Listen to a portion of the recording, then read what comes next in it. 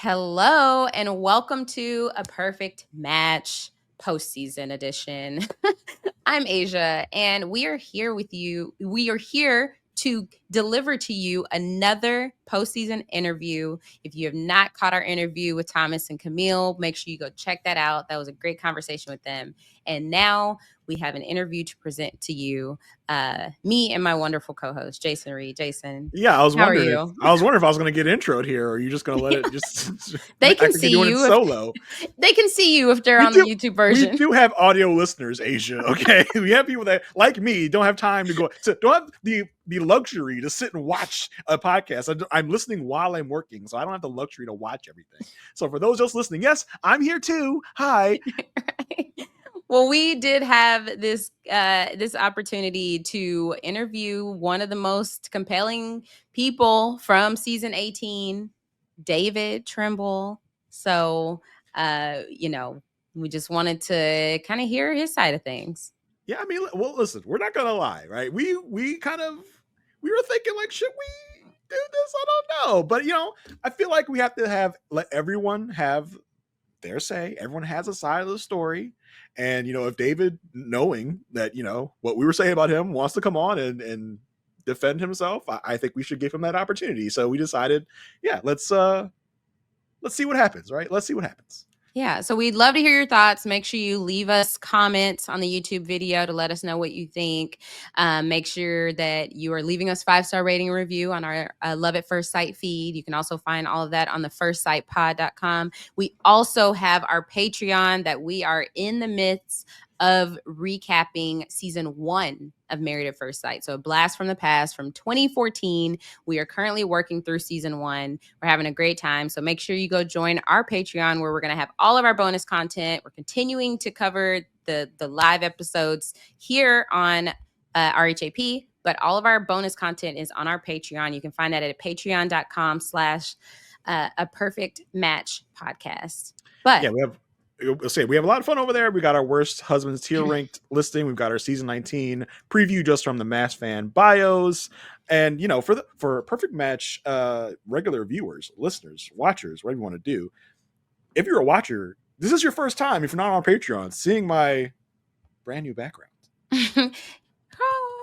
Yeah, so you're welcome. You're welcome. Congrats to Jason. After how many seasons, y'all? A lot. It took getting a Patreon for him to be like, okay, let me beef up my background judge a little bit. I mean, it's been 5 years. I've been podcasting for almost 5 years now with a blank space behind me. So now I actually have stuff here. So, but yeah, we hope you enjoy the David interview. We feel like it's going to be a fun time. We're gonna ask some pertinent questions and see what the responses are. So hope you all enjoy. Yes. So without further ado, here is David from season 18. We are here with the man, the myth, the legend, David Trimble from Married at First Sight, season 18. David, first of all, a hearty hey baby to you. Hey baby. Hey baby. Listen, it's good to have you here. You've been a very polarizing figure for Married at First Sight season 18. I know you have told us behind the scenes that you had listened to the podcast. I'm honestly a little surprised that you're here because we didn't have the best things to say about you during the season, but we are happy you're here to give us some insight on what you were thinking during the season. It's all love and content, and I'm tough skinned, and how I was born and raised. It's easy. People are gonna think what they want to think, but I know who I am, so I'm grateful. You're gonna believe what you want to believe. I'm grateful for the opportunity and that's why I'm here. And you guys gave that to me, so I'm blessed on that. And I'm just gonna roll with it. Awesome. Yeah. Well, we're just excited to hear more of your thoughts. Because I mean, we had a progression over the season. Like the beginning of the season, I was all David. good. Yeah. We were rooting for you, David. We were rooting for you. Even when the show started to hint at it, I was like, look, it's the edit. There's no way. There's no way. Not happening. So, that obviously evolved. And I think something that we talked about a lot at the end of the season is like, if you and Madison had started, like if y'all were the ones at the altar and the relationship that y'all have now is what progressed throughout the season, no one would have a thing to say. It'd be like, oh my gosh, just like Camille and Thomas. So we're just going to dive into a little bit of everything. So if we rewind to the beginning of just the experiment and you deciding to do Married at First Sight, right? So you reference your job a lot on the show, and you knew you had 2 careers. You were be a busy man. How did you think that was going to like work into your work schedule? Like how you were going to have the time to commit to everything? It was going to be difficult, but it was something that I was willing to do. And if I had to change times or stay up late or do what I had to do to make the marriage work, I was willing to do that because you have to have that in a marriage. You know, it's not just a one-way street. It's 2 ways. And I've seen my parents do it. And they've always said it's communication and it's a team. So like I was willing to do those things. And I actually did get my schedule changed because my off days were Sunday, Monday, and then went to Friday, Saturday. Because Sunday, Monday, your wife ain't gonna be there. Friday, Saturday are days that you could spend together and continue the night and so forth. And then Saturday, you got all day. So I did change that, knowing coming into that process, and I was able to, and I'm grateful for that as well. But yeah, I knew what I had to do. It was going to be difficult. Now, were you working 2 jobs at the time, or was it like because you had to like still working 2 jobs, baby? So what? What are like if you don't like, I don't know how much you can say, but what do you do for your careers? Like you mentioned you had 2 careers. Like the show wasn't very like specific on that type of I'm a social worker, and then I work for the city of Chicago. So. Okay, cool. Yeah, it's just like you're always having to leave to go to work. Like, I can't stay long, baby. Gotta go to work, baby. And so it was just like, what is this? I said, doing? Is this Tommy? Like, trust me, I wasn't running away. Hey, yes. I love that. Yeah. What's this ambiguous job? Yeah, exactly. This Tommy. that was a good one. Yeah. So we saw a lot of the troubles at the honeymoon, and I guess I'm really curious about what your mindset was like in those moments. We saw you being very patient and very like understanding with Michelle, at least seeming to be patient, understanding with Michelle. What were your inner thoughts like on the inside? We know that you were being a gentleman on the outside. You still were trying to make it work. But what were you thinking on the inside? Like, damn, like can this girl give me a chance? Like, what were you thinking? It was kind of that, like, damn, like, am I this guy? Like, this has been the first time in my life, in 37 years that I've had someone like just brush off of me. Like I'll get a vibe and I understand it, but I'm also trying to be respectful. But like I'm fun and loving. Like I'm not trying to come too hard. Like I haven't had, a 10 or a dime in myself. Like, oh, I'm all over you type deal. But at the same time, it was shocking to me, to be honest. So, like, because I am just an easygoing person. Like anybody that I have conversations with, they're just, oh, you a cool dude. Like, I've been at bars and I'm like, oh, you're that douchebag. Muscles, tattoos. Like, I bet you're in construction. I'm like, oh yeah, cool. Actually, I'm in social work, so I got a big heart. Sorry, baby. So, all right. So I've gotten it all, but I just know who I am at the end of the day. So yeah. I mean, it fits. You seemed a little shell shocked. You're like what is going on? Like I'm trying to be as nice as I can, and she's just shutting me down. And that's why the conversations, I was like, normally conversations flow with me. So now I'm like, that's the first time that I had to think about, what am I going to ask? How am I going to ask it? Like, I just, it comes out my mouth, we flow. And then if I ask you a question, it's usually like, someone leads and then I'm like, oh yeah, like da da da da. But it was not like that. So if you think back, and I know like we're talking over a year ago, right? Like to be thinking about the honeymoon. But if you were to think back to the beginning of the experiment in the times with Michelle, in the little you did get to know, we know she was resistant. Like we know it was very difficult for you to get to know her. In the little time that like you spent with her, did you see glimpses of like why the experts thought that y'all would be a good match? Or did you just think it was a bad match and they got it wrong? I didn't think it was a bad match because they did tell me like in the beginning that we're not going to give you exactly everything that you wanted. It is going to be hard, but we're going to place you with somebody that probably could open your eyes and open things that you've never done before and vice versa. So at that point, it was like, okay, small town country girl, asked for that, blonde, blue eyes, got that. But I think what my offer was the family, the love, and the protect side. I believe on that side that they picked her for me was that she was very independent, which she was, strong and she was going to open my eyes to things that they may have not seen or that I expressed. So I think there was an opportunity for both worlds to come in and just grow together. So that could have been an opportunity, but however, it didn't turn out that way because this guy thought that I won at the end of the day.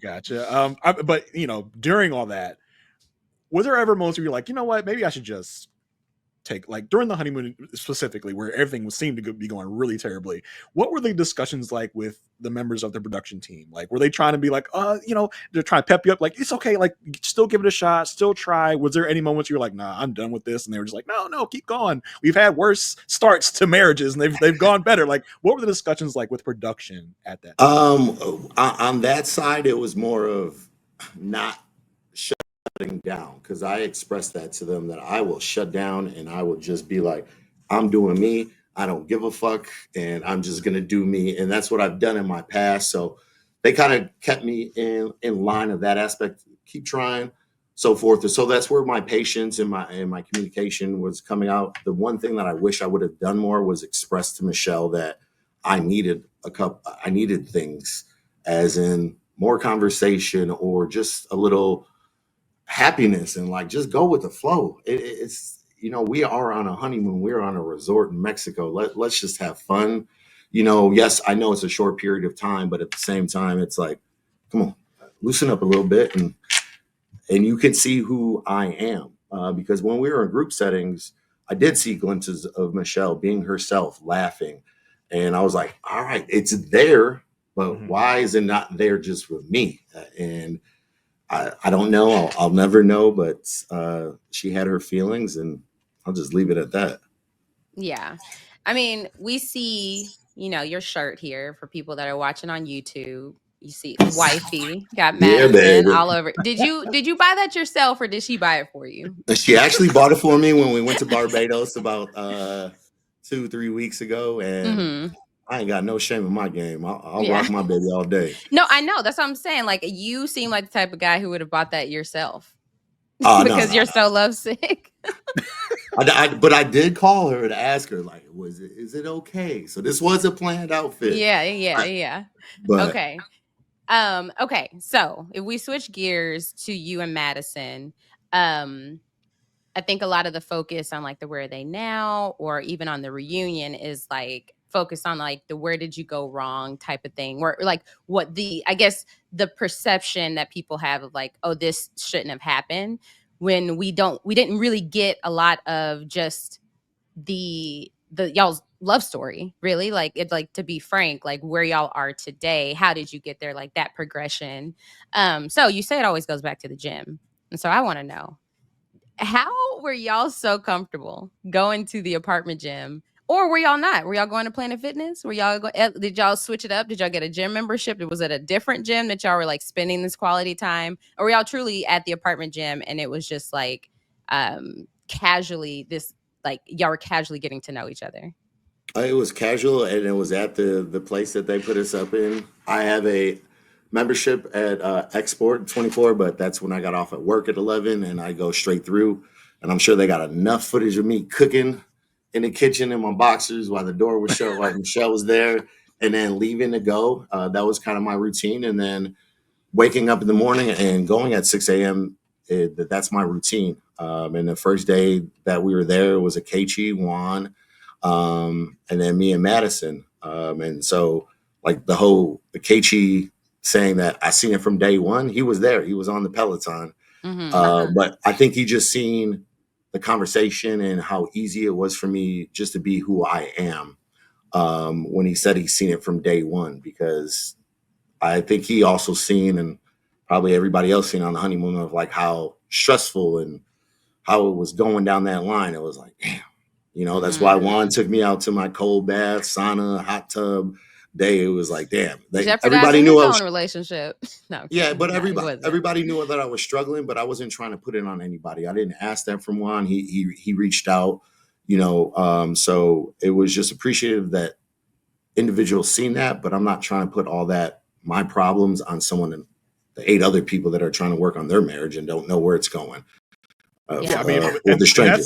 And that's how messed up it was. People could see just from the outside, like David's having a hard time. Let's pick David up and kind I of was put him under our wing. all over that resort by myself. Listen, we I could got have to had know a the employees and everything. yeah, we could have had a whole side show about David's new experiences in the resort. You were trying different drinks, you were trying different foods. That Like we could have had a whole that coffee was nasty though. Oh. yeah, we saw.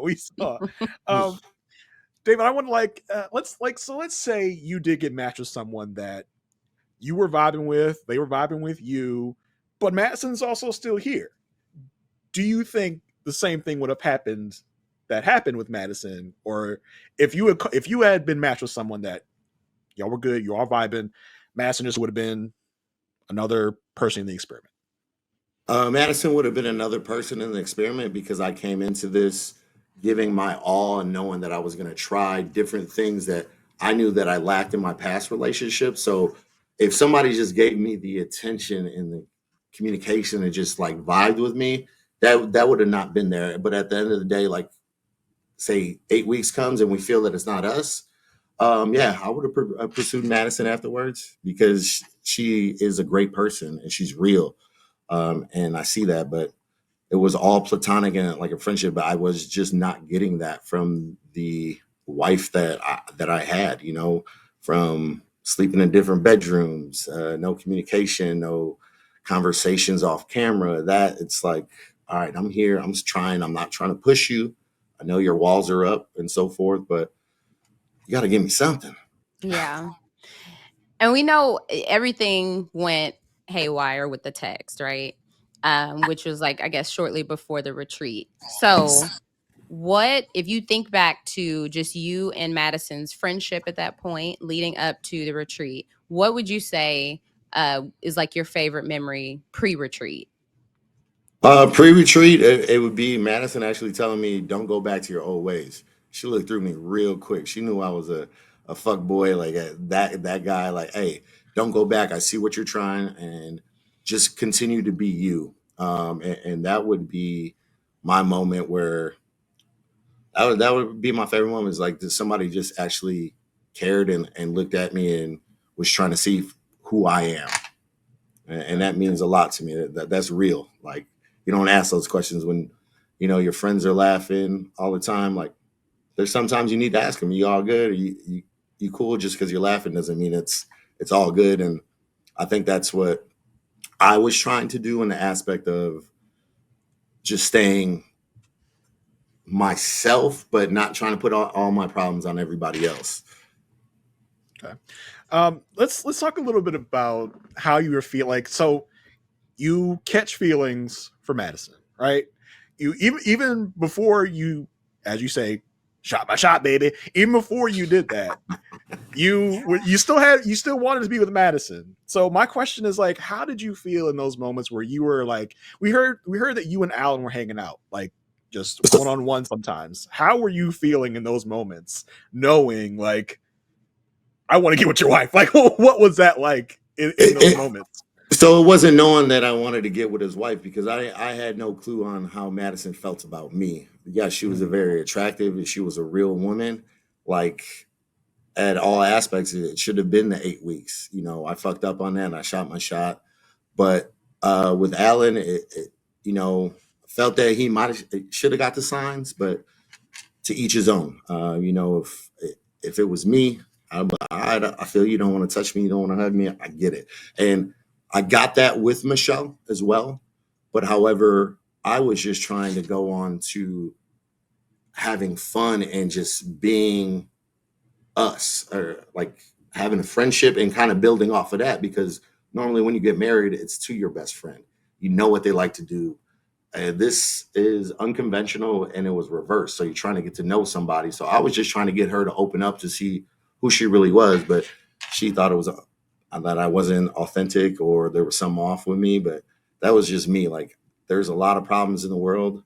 And if I'm waking up in the morning and I'm breathing, walking, talking, that is my positive vibes. Or like, all right, I have a whole fresh day to start with, and I can make it what I want to make it. If I wake up angry, you're gonna wake up angry. You're like, no, it's just like fuck that. Like, I'd rather be happy. Mhm. But in terms of Alan, you were kind of keeping those emotions separate. Like in those moments with Alan, you were just like, hey, this is my like we're talking, we're cool, like, and you kind of kept those like in two separate compartments, kind of. Your feelings or desires was what I want to say for Madison, and just your friendship with Alan, you're kind of keeping those separate. Yeah, 100%. Like, Alan's a great guy. He's a great catch. Alan is Alan. I'll never talk shit about him. He has his own style. He is him. Like, there's not much to say about it. Alan is Alan. But yeah, I kept him separate because at the end of the day, I know what I desire, but I know what I came here for and what I should have went through the process. And so that's why I took full accountability. And the reason for the line was just trying to protect Madison at the end of the day, because she didn't deserve to get that end of the stick when she didn't know. When you say to protect Madison, can you like elaborate on that a little bit? Like, what exactly do you mean by saying to protect Madison? No, to protect Madison, I never knew, or like, she never got the text message, and it was like, you got it, you got it. You know, we came up with this story. If we came up with this story, she would have told me to tell a better lie. I knew Michelle didn't care about me, and then when I heard that, it was like, I could care less. I turned to a different David. Like, all right, this is what it is. But to protect her is like, she doesn't deserve the homewrecker, slut, whore, those words which are on her, because she didn't come here for that. She came here to find a marriage and a husband and let that process ride out. But I brought that all into attention, which was not intentional. It was by fault, an accident. So So it wasn't one of those situations where you sent the text, then you deleted it, and then you text her on the side, "Hey, baby, I accidentally did this text. Help me out, please." Because I was embarrassing myself. Like, my thought was like, damn, did Michelle get this? Don't know. She didn't respond. I called my cousin Denise. She's like, oh, maybe deleted. Didn't hear nothing. No response. Do you have an iPhone? I do have an iPhone. You didn't think to unsend it? I did. You hit the unsend, not delete. I did. And that's why I was like, I don't know if she got it or not. But at that point, I was thinking like, all right, maybe she didn't get it. But I'm not going back in my room thinking like, what lie am I going to tell? That it was like, all right, maybe this was a blessing. Like, maybe you should have. You fucked up. Don't do it again. And then just continue on with your 8 weeks with your marriage. So that's where that kind of went. Maybe you should have gone to your room and think of a better lie, because the lie in the moment wasn't great, David. It wasn't great. Hey, trust me, I have the worst one in reality TV and probably in the world. So, Aysha, write that down. The best lies in reality TV history. We could do a side podcast on that. Right. Yeah, because I mean, I was even trying to make that case, because nothing was confirmed at that point. So I was trying to make that case on the podcast that, like, look, he came up with such a bad lie. Maybe he really is a good guy. Like, a good guy comes up with bad lies. Yeah. My friends bust my ball. They're like, why don't you just say you were drunk or this or that? Like, I was like, you know what? I just thought if I press unsend that she didn't get it, and that was it. Yeah. And you trusted Apple too much. What was it immediate that you said this to Michelle and you were like, oh shit? Oh yeah, my stomach dropped. I was like, oh fuck. I was like, oh, Trimble, what are you doing? I was like, let's try this. And then nothing happened. And then seen her the next morning, nothing was said. She asked for a bagel. Should have known when she asked if I wanted a bagel, I fucked up. Like, oh man, never wanted a bagel before that. No, you could just be like, just playing, like right after like psych. Yeah, they were so bad at lie that just playing wouldn't even have fucking worked. Right. So in this moment, even when you sent the text, like, you're feeling Madison at this point. In that moment, even though you said at this point you weren't sure of Madison's feelings for you, was there a point where you're like, look, I'm gonna just call it so that if I can pursue things with Madison, maybe if she's into Alan, I don't know, maybe that's not a thing, but what I know for sure is I'm not into Michelle. So was there a point that you felt like just leaving early, even without the validation of Madison's feelings? There was no thought of leaving early. It was just more of a being in the pressure cooker of like, yeah, I lied, I fucked up. Like, how am I going to redeem myself or be accountable for it? And I guess the continue of the lies too. On top of that was just when I heard that, like, I could care less, David. That was my thing that no one else got to see. So then that's when you see in the switch of the David, like, all right, well, I'm just gonna probably come up with a better lie to make it more believable, and then just kind of move on. Thought it But would be why not? dropped. But why not just quit at that? Why not just be like, you know what? I think I'm done with this marriage. I'm done with, just like I want a divorce. Go to the experts, be like, time for divorce. I'm done. You know what? They didn't think about that. Didn't know how everything worked. Like, I've never seen the show. I never watched an episode before I got on. It was just kind of like, this is my journey. Let's go it out. We got a couple more weeks. Gotcha. And see what we can do. So yeah, we've seen all 18 seasons. It's our hobby. And people have quit for less. Like, because somebody smoked. So we were just thinking, like, why didn't he just walk away? But that makes sense if you hadn't seen it and just like, you thought you were legally binded to stay in that marriage. Like, I signed a contract and said I even stay married. There's no getting out early. I mean, the funny part about that is, like, on decision day, she did ask me. She's like, "Why are you wearing your wedding?" I was like, "Because I thought I had to." And you were like, "Good question." Yeah, like, I'll put it on the table to be 100 with you. I was like, "Oh." So yeah, I think people that have watched Married at First Sight and have seen other couples, there have been couples that have gone from total awfulness to they're still married to this day, from season 1, in fact. So I guess I would wonder, like, when was the point of like no return for you, of just like, this just isn't going to work. I'm going to stop trying with Michelle and send this text to Madison. Like, when was that point for you? Like, I guess is it the day of the text, or is it just like you saw early, you're just like, you know what, this just is not going to work? It kind of led up to like when the letter and like little things that I was doing, no phone calls, and like just the nagging and like, is this your date outfit, and shit, like just little shit like that. It all started to build up, I guess, and then I finally just broke, and I was just like, I'm just gonna do me. You don't ask where I'm at, don't care where I'm at. No phone calls, no nothing, like no conversations like normal people would have. Like, I understand we're on a reality TV show, but you still have conversations about certain things of where you want to be, how's your family, what are you going to do, or things like that. But those were never had. So yeah, it was tough. Yeah. Would you say moments where we saw a moment where Michelle was like, I came up with a list of things for us to do? Did you find that to be like genuine, or was that just like you don't really want to try? Like, did you see that? I would have fucked with the Nico Moon concert, the tarot cards, not the Barbie movie, but but you didn't see that as her trying, or like what were you thinking of that? You know what? I wasn't even really thinking. I was just glad she was talking to me and giving ideas of what we could do. Like, I was taking any little grain of salt of like, if we are going to move forward, like, these could be little things. I know time was an issue for us of just based on my work schedule and so forth, but you could always make time for things. So like me coming home and having the conversation after the anniversary that she said that we had, I was in my room and the door was shut. That she said that you had. So you no, we had the conversation, but I came out. But if I don't come out, she ain't knocking on the door. Yeah. And it's never had. Those are the things like, oh yeah, we had a great conversation, but yeah, because I came out and gotcha. Was that the guess what, Dr. Pepper? We had a 20-minute conversation unprompted. Was that conversation? Yeah, I guess so. Yeah. Okay, I'm gonna take a chance here and see if you're gonna tell us or not. Nope.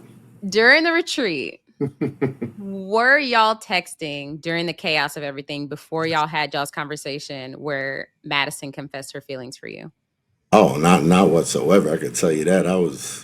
I was just like, what the fuck is going on right now? Like, I felt shit change between the game that we had and everyone else got to ask questions. I was like, damn, we're playing a game. I didn't get to ask no questions. So they're like, no, you're the target. Yeah, and then that's why I felt it. You feel some things, and that's why I was like, David. But there was no communication on that end of like, because she still didn't know that the text was for her. The first time that she knew was on the couch.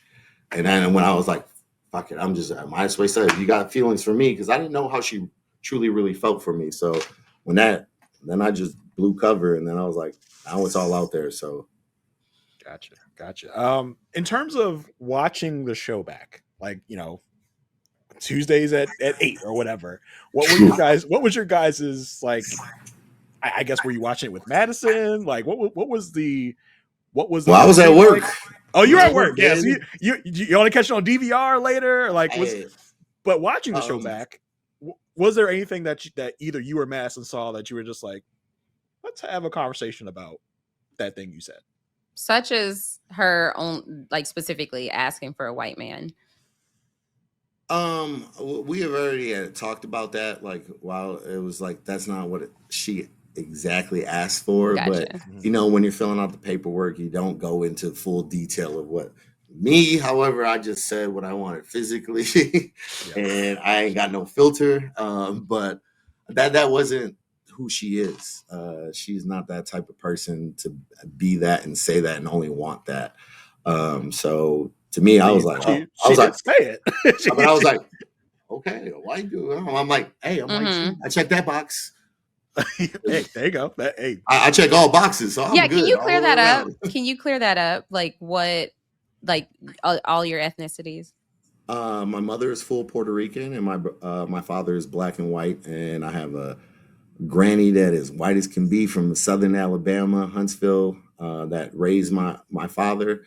So I am very diverse in all that. So basically, hey, Madison, there's a third count. Like, I'm a third. So hey, that works. That works. If I'm filling out the application and I hit that's this, what I meant. Yeah, there you go. But yeah, because I do see a lot of things that, like, oh, it's just Puerto Rican. No, I'm Puerto Rican, black and white. But was there anything else, like, either not even just from Madison, but from any of your other castmates that you saw on the edited TV show that raised your head a little bit? Like, that's weird. Like, was there anything that you had to have a conversation with anyone about after you watched it? Or was there nothing? No, there wasn't really anything. Like, when we had our guys' night, like, we kind of asked, like, if there's anything, I apologize. And one thing mine was with Ike, was just, I didn't feel like he should have spoke to MM that day. And I was really, really angry when I had left. I was like, ooh, should never speak to a woman like that. And I had apologized for that to him on that the guy's night. You apologized to him? Okay. Yeah, because just for the fact of, like, I don't know Ike. And it was like, I said some things like, ooh, if I would have catch him, that shouldn't be that way that anyone speaks to a woman. It should be behind closed doors. And though I think they were both out of pocket at that point, but they were trying to get their points across. But who am I? Like, they have their own marriage at this point. So it was a tough situation on that. But everybody else, like, there's nothing. Gotcha. Yeah.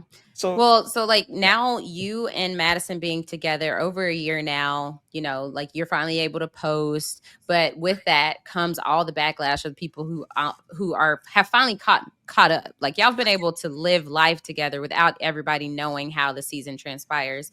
So how are y'all dealing with the fan reception? Like, there are people we have a Facebook community of people that listen to our podcast that some of them wanted us to tell you that they love y'all's relationship.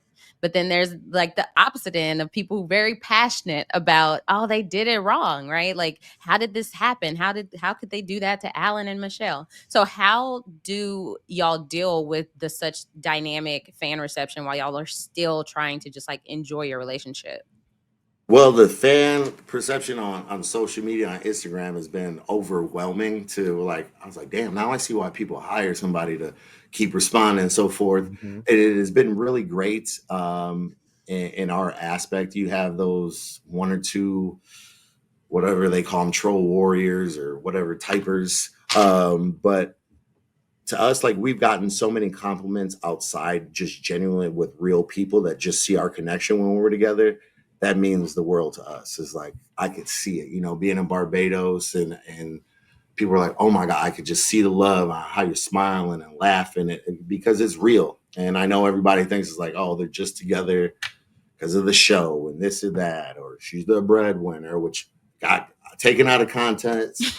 But it's, I just love her so much. And with the social media, it's like, I got one comment the other day, actually. It was like, why is your hoe hiding, da da da da, and I wanted to reply so bad, but with our therapy or so forth, it was one of those things. Why don't you just take out your notebook, type what you would want to say, you got it out, and then just move forward? Because at the end of the day, that's what they want, is the trigger, like, oh, I got you. And we have so much more to lose in ourselves in responding and being those itty little people nagging back. That's what they want. So yeah, we appreciate and love the support so much. Like, people want to like live chat us and like, hey, can we get a video chat if you guys aren't busy this week? For so many things. If you had to think back to, like, if let's say you rewind to the David that was filling out the application and is saying exactly what you wanted, and if you knew from that application you would get Madison, what now, like knowing her so well, what would you have said that you wanted that would have resulted in you getting Madison? I think I said everything to get Madison, other than, I was stressing on the pog aspect, but I think that Go look I at would have. Urban Dictionary if y'all don't know what that is. No, I'm being completely honest, but I think everything that I put down was Madison, Oh, I know. and I have her now, and I know what I have, and I love it. So David, you have your wifey shirt on. We saw in the Where They Now special, you're like, I don't know if, well, I would call it a pre-asking for the hand in marriage. Where are we on that front? Have you asked for the hand yet? All right, where are we at with that? We know that we are going to be married, and that she's going to have my children. So at this point, we are just living our regular lives now that we can. We still want to travel. We want to do things together, just enjoy each other. But she knows, and I got this on because I know she's my wife already. But a year and a half, we started a wedding fund together, and we've talked about it. Her father knows, my parents know. So we're just living life right now and just being us. Yeah. Did you bring the keg thing to her apartment? I did not bring the keg thing. It was empty. I had to get it filled up. Oh my gosh, hilarious. Well, David, we've thrown a lot at you. I just want to give you an opportunity to say what you want. Like, if we haven't touched on anything you wanted to say about anything, I want to give you the opportunity to talk about it. Whether it's just you talking about your wonderful relationship with Madison. I just want to give you the opportunity to say what you have to say if we didn't touch on it already. There's not much I have to say. I am who I am. Y'all see it. What you see on TV is what you get. I got nothing to fucking hide. I love Madison dearly. She is my soulmate, my best friend. I do apologize and take full accountability, and even apologize to the experts in regards to lying. But I've already said all that. So where I'm at right now with me and Madison, my queen, my little bunny, we're all good. We're just moving forward, and we appreciate the support. And I just wish people could just have a little more kindness. That is my biggest thing, is that just have a little more kindness. We have love, and it's real. So sorry y'all ain't got it, but I got it. I mean, look, I got it. I got it. I got it. I got it. You don't I got it. And you know. All right. Us three got it. We got it. We know. We're here. It's all those other people out there. Right. But I do appreciate your hey baby. Hey baby. Yeah. I will say something me and Jason have debated all season long, and I need confirmation from you. Have you ever been told that you sound like Common? Really? God, I'm sorry, David, because you don't. No, yes. Aysha thinks you do. I'm like, how? And people agree with me on our Facebook group. Shit, I wish I could sing like him and rap like him. Yeah, I'm not. I don't know. Maybe it's the Chicago thing, but even my loctician agreed. I was What like, is that? a common song came out. I said, "Don't that sound like David?" She's like, "Yes." David, Might have to- I keep trying to tell her that her loctician is a person of service to her, so they will agree with anything she says. No. I have only heard that I have a radio voice. So like, next stop, Jackson on the Blue Line. Like I have gotten that, but never like sound like Common though. That's the first. No, you're okay. She's Hey, crazy, David. She's y'all crazy. know I sound Don't like listen to Common. Ask some people. Ask some people in your life. Yeah. Where can people follow you and Madison?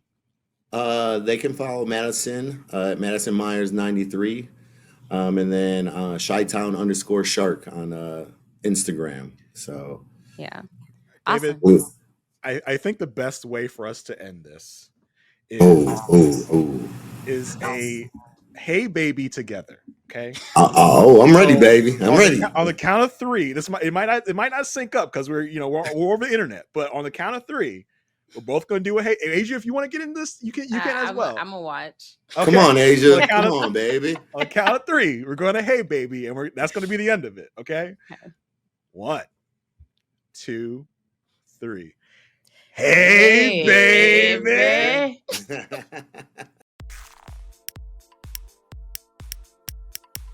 This is RHAP. We know reality TV.